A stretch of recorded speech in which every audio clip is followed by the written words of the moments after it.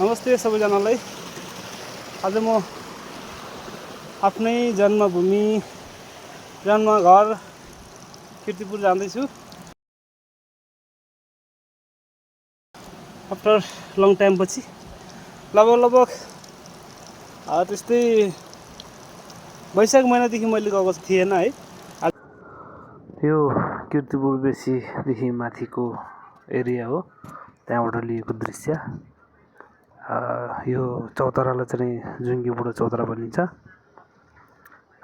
जति पनि देखिएको जुन खेतबारीहरू छ सबै कीर्तिपुरकै हो, कीर्तिपुर गाउँकै खेतबारीहरू हो।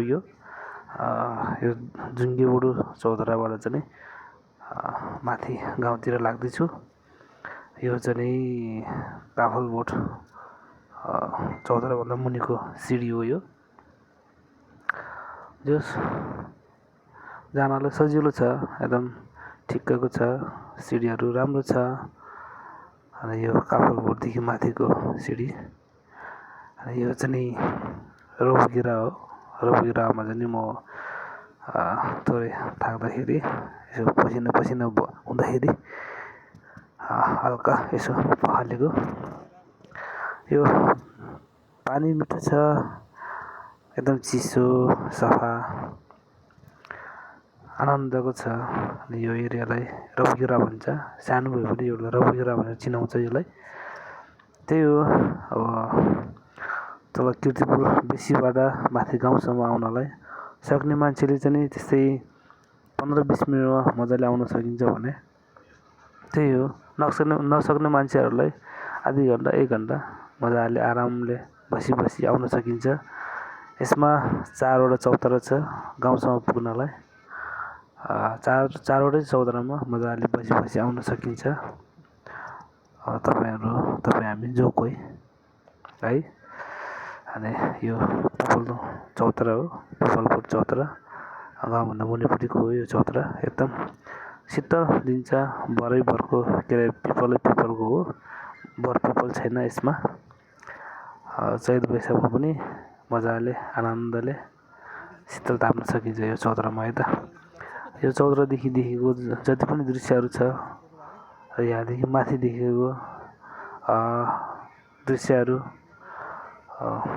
तलको धानखेत हो, माथिको चाहिँ कोदोबारी। यहाँबाट देखेको तलको चाहिँ कीर्तिपुर बेसी हो, बेसी एरिया यहाँबाट देखेको।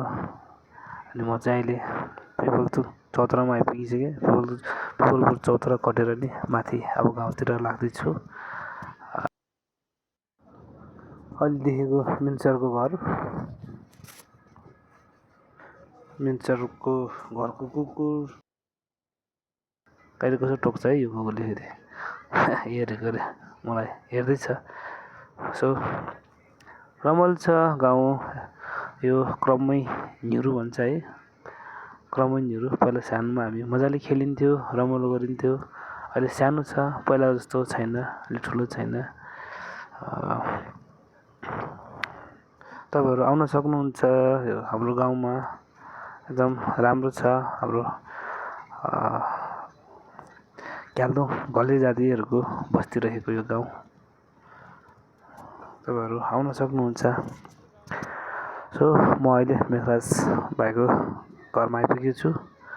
मेघराज भाइको मेघराज भाइको आमा मलाई नचिनेर त्यसमा बसिरहनु भएको हाम्रो भाउजू। अनि माथि हाम्रो उभिरहनु भएको हाम्रो छ्यामा हो, सानो मम्मी। अनि मेघराजको छोरी नचिनेर बोलाउँदै थियो मलाई, को के हो। अनि